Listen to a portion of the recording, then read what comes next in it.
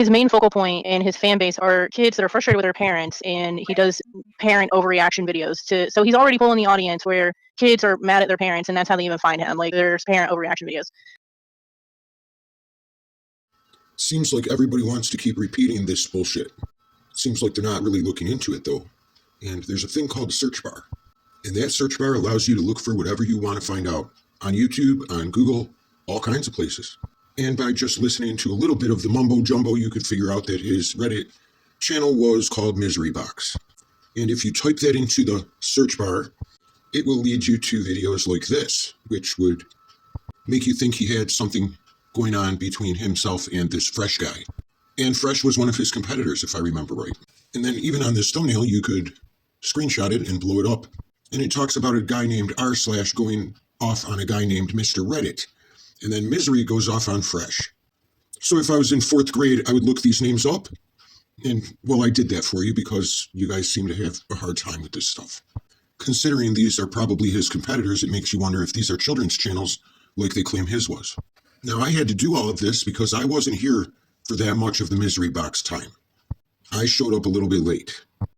I do remember him saying that he named the channel because of the movie Misery, Stephen King.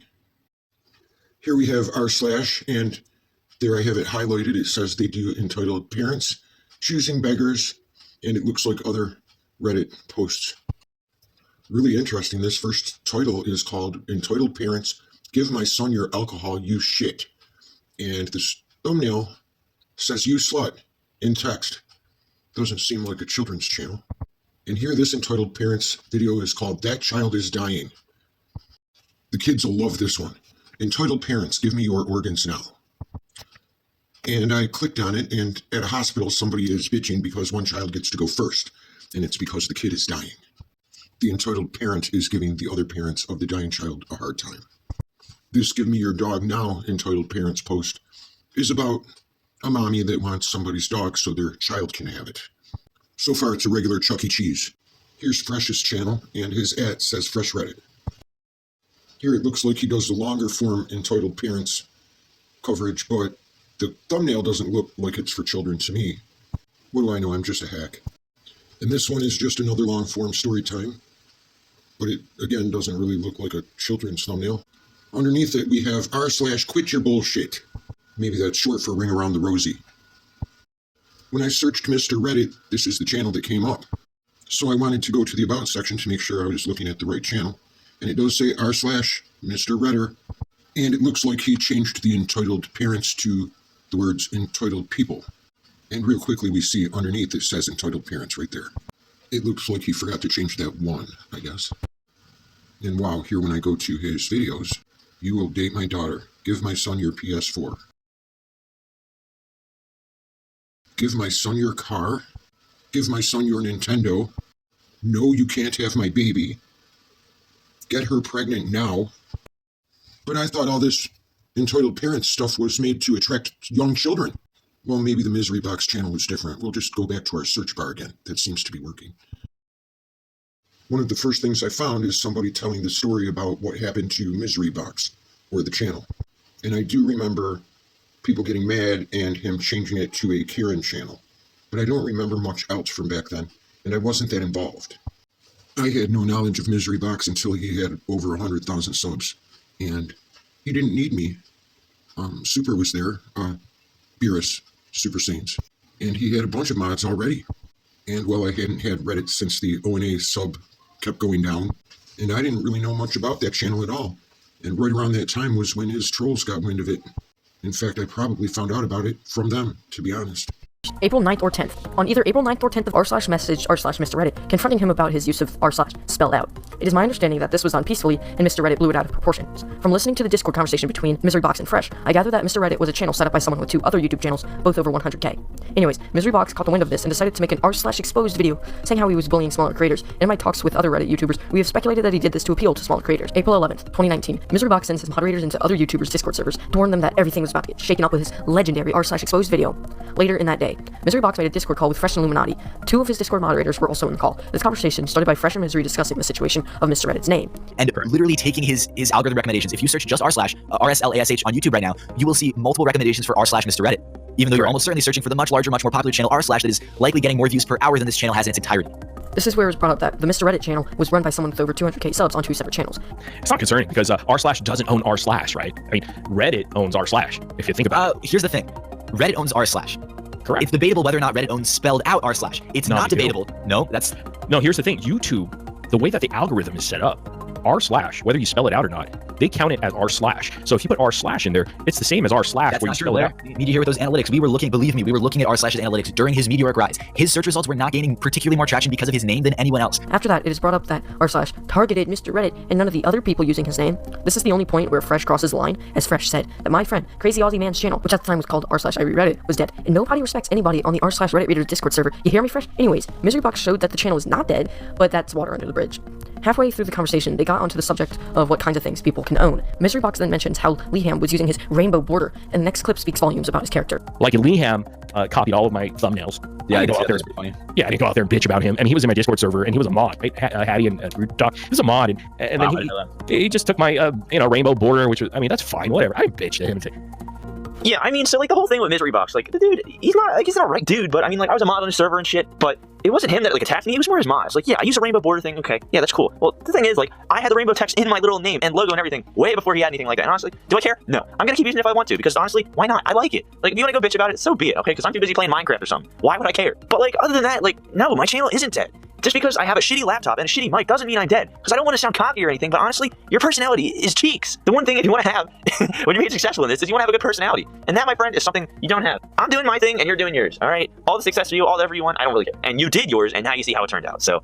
I think that sums up that portion of the Discord call. After this, Fresh was just trying to get one of his questions answered, and Miserybox was dodging it. Eventually, Miserybox's moderator started agreeing with Fresh and not Misery. After Misery curses out Fresh, he leaves the Discord call, and Misery continues to curse out Fresh to his moderators. How Misery handled the situation was childish and immature. For him asking Fresh if he was 13, Misery acted like a 4-year-old when he doesn't get a toy. April 12th, 2019, 1:33 a.m. One of the mods posted the recordings of the audio clips, and the links spread like wildfire. Arriving to me only 16 and a half hours later, the moderators of Miserybox servers were angry at the rampant bannings of other moderators. Nobody really gets to see it behind the scenes, but everyone was talking about this drama, what was going to happen, how subcounts would change, Miserybox's potential reaction, and other things. There's a lot more connections than the viewers get to see. April 13th, 2019. Illuminati is acting strange on Twitter, hinting towards her knowledge of someone about to release the video on the drop. She releases the video. 2 hours later, I start my live stream of his sub count. It's not looking good for him. Miserybox's sub count immediately started to drop. In fact, he lost over 600 subscribers in 1 hour. Just 3 hours after releasing Illuminati's video, Miserybox goes into full containment mode. He made his sub count not visible at first, then comments, then removed his banner, then likes and dislikes, then his name, then all community posts disappear. Finally, he removes his icon. Miserybox was dismantling his channel in front of my very eyes. Not even making a response video, just continuing on with uploads.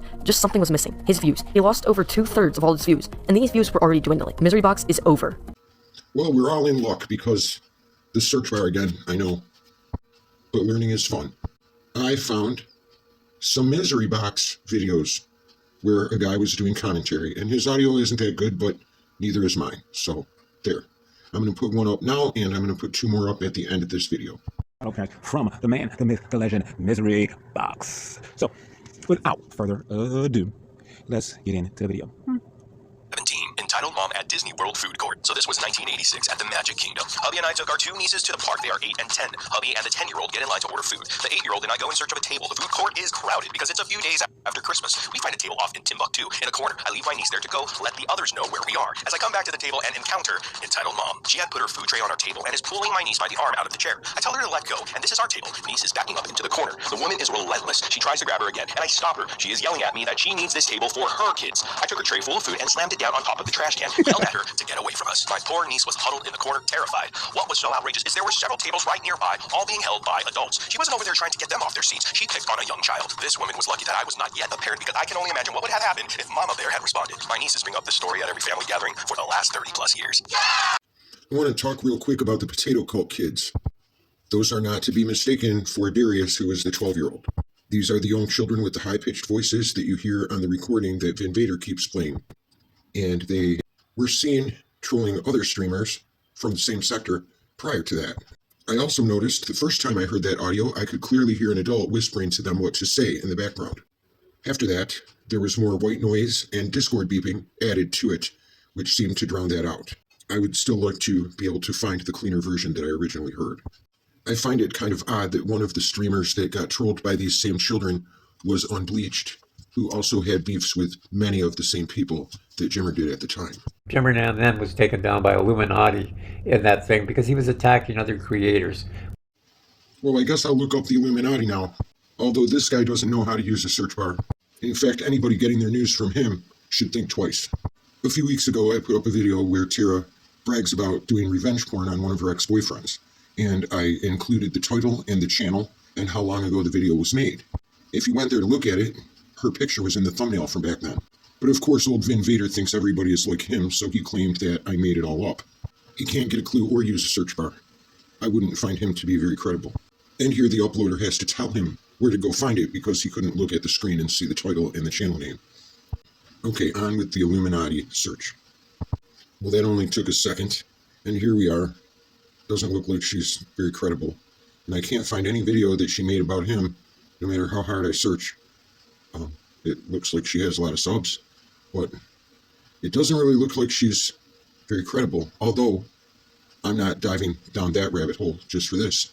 I guess you all can use your search bar, or just look at all of these titles and make your own decisions. Wow.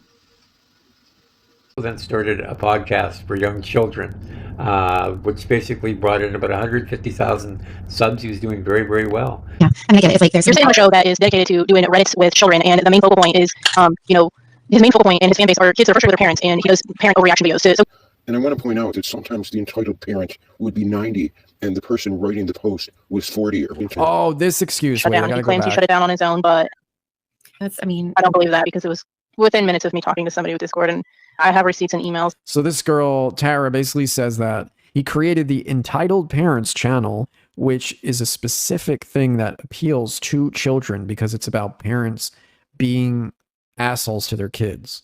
And it's like it was like a trend that he stole from Reddit about showing parents in a bad light and the kids like bonding over how parents are unreasonable. And that was his way of like getting the kid audience, funneling them in and listen to Hack's excuse. That was old school, but at the same time, dang, dude, y'all need some. What type of people are these people? Oh boy, let's see how far we gonna go with this. Number everybody, Misery Fox here. Now, before we get into today's cringe, consider subscribing to my YouTube channel for daily Reddit videos. Subscribe to this man, it's funny. I'm glad he does actually have some opinion behind most of what he says. So it's cool. So Now sit back, relax, and enjoy this episode. Entitled Parent Lets Sick Kid Loose on Cruise Ruins Everyone's Vacation. So this happened a while ago. I'm going on another cruise soon and was sharing old stories and realized that this might make a good one to post on Reddit. Not sure if it fits exactly under Entitled Parents, so apologies if it doesn't belong here. Another sorry for the length and that there's no dialogue. I can't remember too much, and it's more the situation that went out of hand and what the parent did than what the parent said. This is my first post here. I hope you enjoy. 2 or 3 years ago, I went on a cruise with my mother and my friend with his mother. We grew up together as our families are really close, so we're practically like siblings. This was an 8-day cruise departing from NYC, going around the Caribbean, and then going back. The ship was one of the really nice famous ones with tons of restaurants, pools, water slides, etc. It had a capacity of over 2,000 guests. On the second day, our parents made friends with another group of families, and we decided to head out together that day once the boat pulled into port. We met at breakfast to plan the day. There were quite a few families with younger kids, and of course, all young kids left in discretion at open buffets were wild and kind of gross. Later on, I overheard one parent, EP, complaining to someone about their kid. Apparently, kid wasn't feeling well and hadn't wanted to come, but EP didn't want to leave him behind to laze around in their room as they had spent so much money to go out and have fun. I didn't think of it as something too serious, so we carried on. but the child was sick. Now sit back, relax, and enjoy this episode. Entitled Kid Tries to Get Me Arrested. Posted by user Spoken4. This happened about 2 years ago.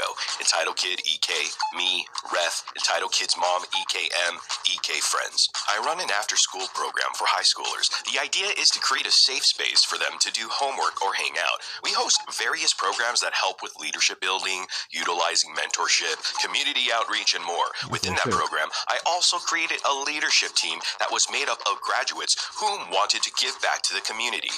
As a way to show my gratitude for their assistance, I would treat these guys to different events, activities, and restaurants around town. This situation happened at a trampoline park. We had just arrived and the place was fairly empty. It was pretty awesome, as there was a foam pit, basketball rim, dodgeball court, and trampoline scattered about. We signed off the safety waivers and went in. In all honesty, this shit's hard, and after about 5 minutes, my old ass was ready to leave.